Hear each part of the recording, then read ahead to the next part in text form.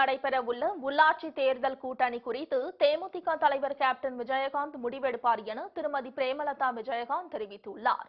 திருப்பூரில் செய்தியாளர்களை சந்தித்த அவர் இதனை தெரிவித்தார். கடந்த சட்டப்பேரவை தேர்தலின் போது மக்கள் நல கூட்டணியுடன் தொகுதி உடன்பாடு மட்டுமே செய்து கொள்ளப்பட்டதாக தெரிவித்த திருமதி பிரேமலதா விஜயகாந்த், தேமுதிகவினர் மீது தமிழக அரசு தொடர்ந்த அவதூறு வழக்குகளை தொடுத்து வருவதாக புகார் தெரிவித்தார். மேலும் தங்கள் மீது போடப்படும் அவதூறு வழக்குகளை சட்டப்படி எதிர்கொள்வோம் என்றும் அவர் கூறினார். சட்டமன்ற தேர்தலுக்காக ஏற்படுத்தப்பட்ட தொகுதி உடன்பாடு, தேமுதிக மக்கள் நல கூட்டணி தமாக ஏற்படுத்திய தொகுதி உடன்பாடு, அந்த தேர்தலோடு அது முடிஞ்சிருச்சு. உள்ளாட்சி தேர்தலை பற்றி கேப்டன் உரிய நேரத்தில் அறிவிப்பார். தேசிய முற்போக்கு திராவிட கழகம் முரசு சின்னத்தில் உறுதியாக போட்டியிடுவோம். உள்ளாட்சி தேர்தலை குறித்து கேப்டன் உரிய நேரத்தில் அறிவிப்பார்.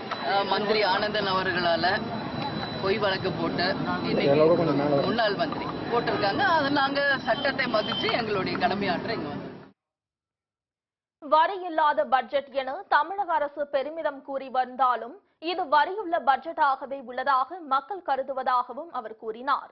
மேலும் ஏற்கனவே 110 விதியின் கீழ் அறிவிக்கப்பட்ட திட்டங்கள் அனைத்தும் நிறைவேற்றப்படாமல் நிலுவையில் உள்ளதாகவும் திருமதி பிரேமலதா விஜயகாந்த் அப்போது விமர்சித்தார். பட்ஜெட் வந்துங்க பல திட்டங்களை அவங்க அறிவிச்சிருக்காங்க. ஏற்கனவே போன 5 வருஷம் அறிவிச்சதும் 110 விதியின் கீழ் அறிவிச்சதும் இன்னைக்கு வரைக்கும் செயல்முறையே வரல. 2,15,00,000 கோடி வந்து ஆல்ரெடி டெபிசிட்ல இருக்கு, கடன்ல இருக்கும் தமிழ்நாடு. இதுல பல திட்டங்களை அறிவிச்சிருக்காங்க. அப்போ இது ஒரு பற்றாக்குறை பட்ஜெட் தான். அதனால வரி இல்லாத பட்ஜெட்னு அவங்க பெருமைப்பட்டுக்கலாம். ஆனா பற்றாக்குறையான வலி உள்ள பட்ஜெட்டாக தான் மக்கள் கருதுறாங்க.